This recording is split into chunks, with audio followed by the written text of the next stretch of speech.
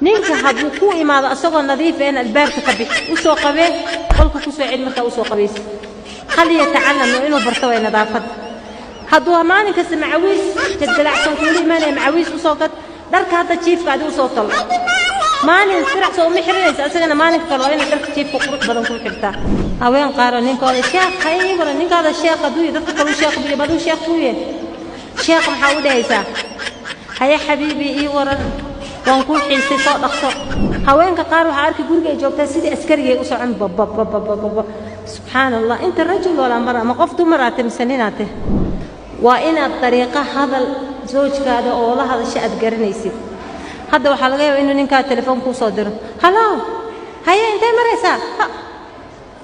يعني ما قرنيس ترتيب سي لو هذا الطريق رومانسية هيا حبيبي كيف قفك إنه كله فدي لمرة وإنه مقلو وإنا إشارة لهذا هي طريقة يعني ننكل ولا